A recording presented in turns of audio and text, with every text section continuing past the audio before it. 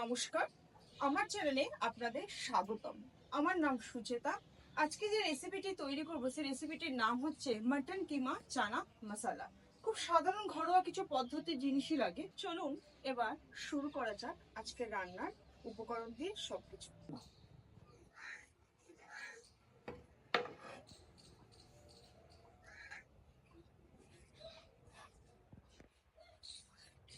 প্রথমে উনুনটাকে ধরিয়ে নিই।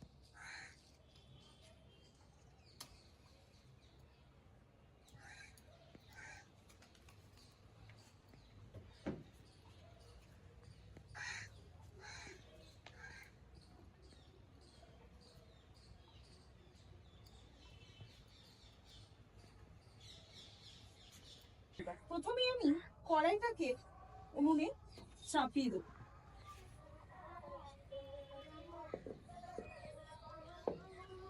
কড়াইটা গরম হয়ে গেলে ওর মধ্যে আমি একটু তেল দিয়ে দেবো।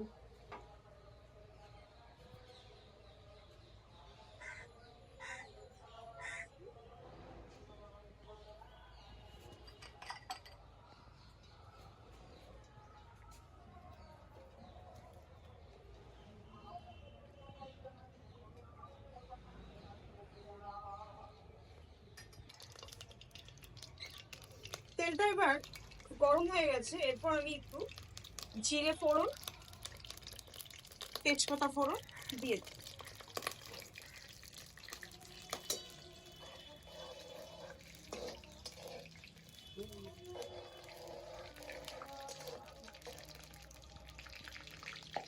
এটা ভালো করে ভাজা হয়ে গেলে এর মধ্যে আমি আলু কটা এবার আস্তে আস্তে দিয়ে দিই।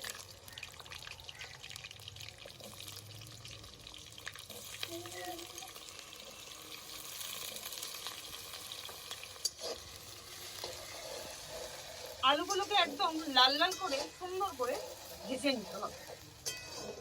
যতক্ষণ না আলুগুলো লাল লাল ভাজা হচ্ছে এই ফাঁকে আমি একটু পেঁয়াজটা ভালো করে কেটে নিই।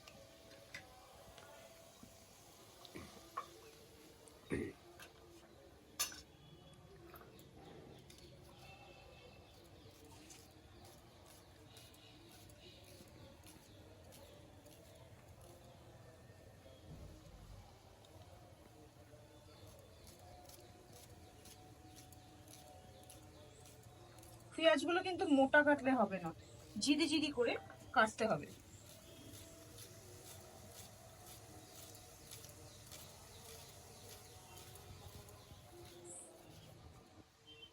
এই ফাঁকে একটু আলুগুলোকে ভালো ভাজা করে নাড়িয়ে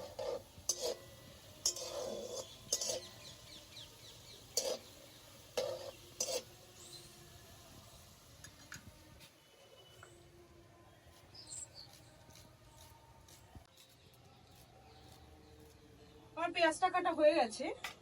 এই ফাঁকে আলুগুলো লাল লাল করে ভাজা হয়ে গেছে। এর মধ্যে আমি পেঁয়াজগুলো দিয়ে দেবো। পেঁয়াজটাও কিন্তু খুব সুন্দর করে ভেজে নিতে হবে যতক্ষণ না পেঁয়াজগুলো একটু বাদামি রঙের হয়।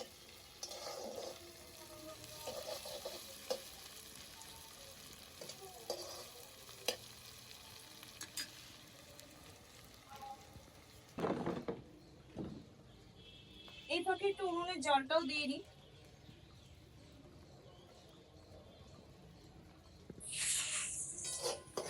কড়াইতে আবার ভালো করে এগুলোকে নাড়াচাড়া করে দিলাম যাতে নিচে পুড়ে না যায়।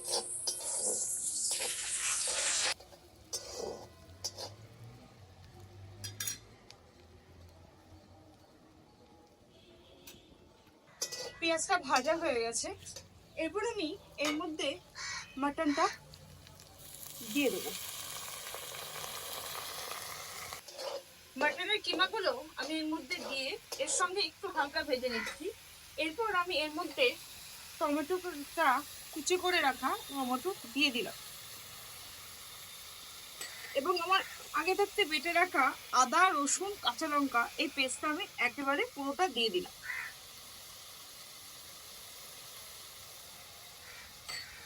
তার সাথে পরিমাণ মতো নুন, পরিমাণ মতো হলুদ দিয়ে সম্পূর্ণ মিশ্রণটা ভালোভাবে আমি এর মধ্যে মিশিয়ে নেব।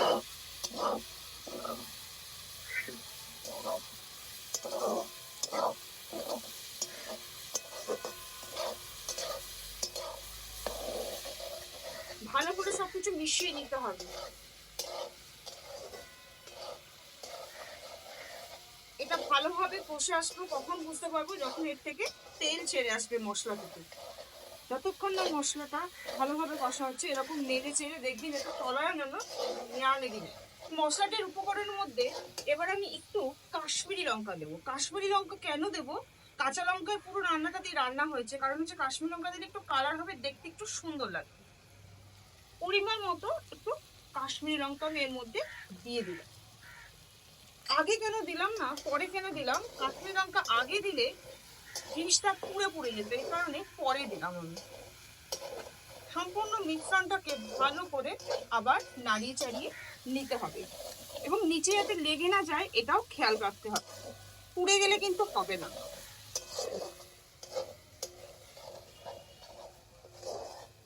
এরপর এর মধ্যে আমি যে চানাটা আগে থাকতে সেদ্ধ করে রেখেছিলাম, সেই কিমা চানাটা কিন্তু আমি এর মধ্যে দিয়ে দেবো। সম্পূর্ণটা এর মধ্যে দিয়ে দেবো।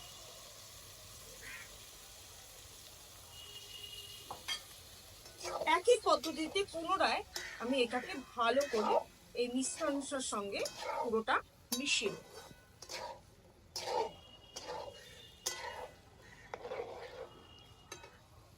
এর সঙ্গে সঙ্গে খেয়াল রাখতে হচ্ছে উনুনের আগুনটা যাতে নিভে না যায়।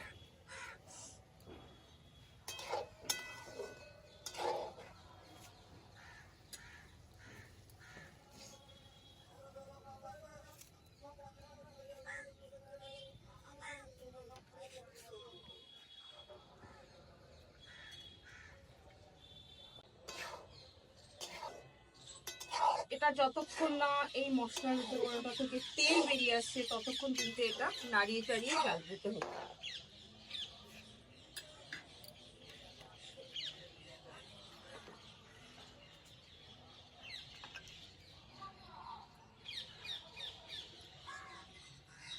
আমার ছেলে এই রান্নাটা খুব ভালোবাসে।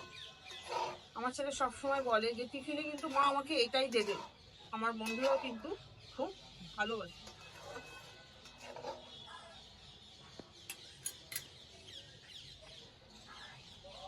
এই মশলাটা সম্পূর্ণ হয়ে গেছে। এরপর আমার ছোলা যখন সেদ্ধ করেছিলাম তখন সেই জলটা আমি রেখে দিয়েছি, সেই জলটাই আমি এখানে দিয়ে দেব।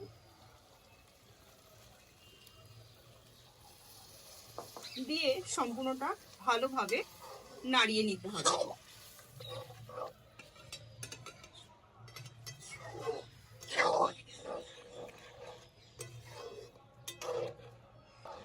দেখুন কি সুন্দর ফুটছে হালকা হালকা করে। এটা একটু টকবক টকবক করে ফুটে উঠুক, তারপর একটা থালা দিয়ে এটাকে একটু ঢেকে দেবো।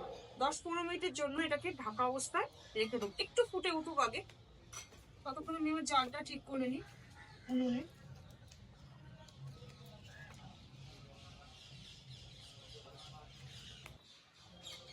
আমার ঝোলটা ফুটে উঠেছে। এরপর আমি একটু থালা দিয়ে 15 মিনিটের জন্য একটু ঢেকে দেবো।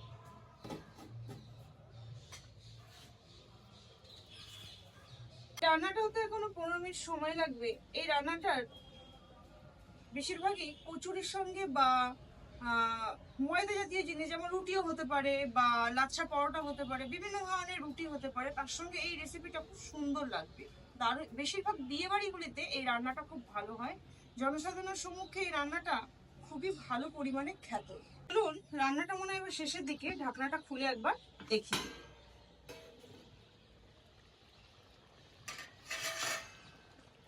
দেখুন রান্নাটা কি সুন্দর, জলগুলো একদম কষে গিয়ে রান্নাটা কষা কষা হয়েছে। এরপর আমি এর মধ্যে একটু স্বাদ মতো চিনি দিয়ে দেবো, এবং এটা আবার সম্পূর্ণ মিশ্রণটাকে সুন্দর করে নাড়িয়ে চাড়িয়ে মিশিয়ে নেবো চিনিটাকে।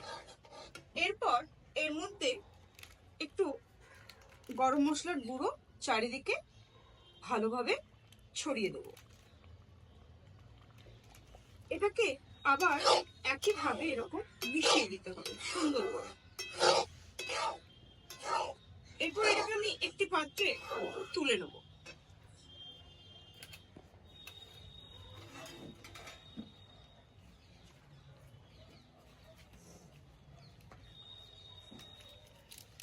হাতের সামনে কিছু পাইনি, তাই কলা পাতাকে দিয়ে নামিয়ে নিচ্ছি আমি।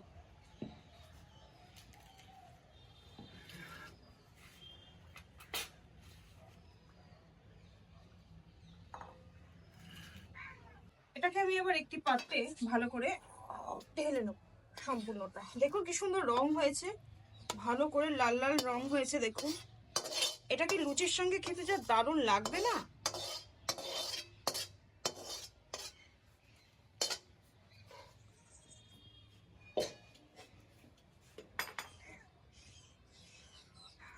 রান্নাটা আমার কমপ্লিট হয়ে গেছে, দেখুন কালারটা কত সুন্দর এসেছে। যদি আপনাদেরও এরকম খেতে ইচ্ছা করে বাড়িতে চটজলদি বানিয়ে ফেলুন এই রান্নাটি। সাবস্ক্রাইব করবেন, লাইক করবেন, সবাই সুস্থ থাকবেন।